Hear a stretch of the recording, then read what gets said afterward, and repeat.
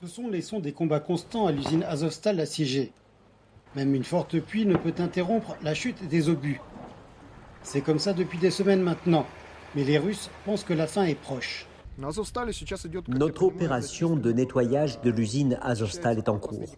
Le reste de la ville a été nettoyé. Il ne reste plus qu'Azovstal et selon toutes les estimations, cela devrait durer 1 ou 2 semaines au maximum. Je ne peux pas vous dire exactement. L'entretien avec le chef autoproclamé de ce district de Mariupol s'est interrompu brutalement, alors que le pilonnage d'Azovstal s'intensifiait. Ok, on nous demande de bouger d'ici, parce que nous sommes restés trop longtemps au même endroit. Et en fait, les gens qui nous escortent ont suggéré de bouger, de partir le plus vite possible, parce que nous pourrions attirer l'attention de l'autre côté. Sur le chemin de retour vers le centre-ville, nous longeons des scènes de carnage absolu dans les zones résidentielles de la ville. Pas une seule maison ou un seul appartement n'a survécu aux batailles de rue. On aperçoit même une tombe de fortune faite d'une mince couche de terre devant une maison. Ici gît Alexandre Ilitch, né en 1947 et tué le 19 mars de cette année. Il était impossible d'offrir un véritable enterrement aux défunts à cause des combats. Nombre d'entre eux n'ont reçu qu'un adieu furtif.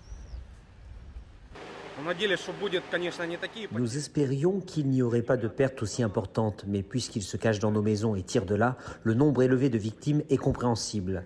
Mais l'humeur ici est différente. Certains pleurent et d'autres non. Il y a différentes perspectives. Gleb est un activiste local, l'une des nombreuses personnes qui collaborent avec les nouvelles autorités en distribuant de l'aide humanitaire à des milliers de personnes dans la ville.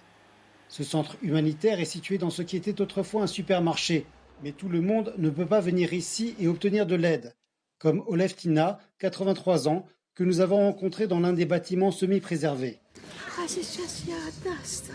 Je suis seule à présent, mes voisins m'ont nourri. Ce sont de bons voisins.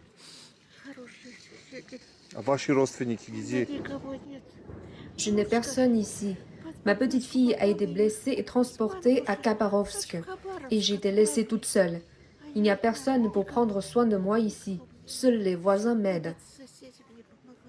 Oleftina est l'une des milliers de résidents de Mariupol qui ont besoin d'aide pour recommencer à partir de ce qui reste de leur vie. Un long et difficile chemin les attend.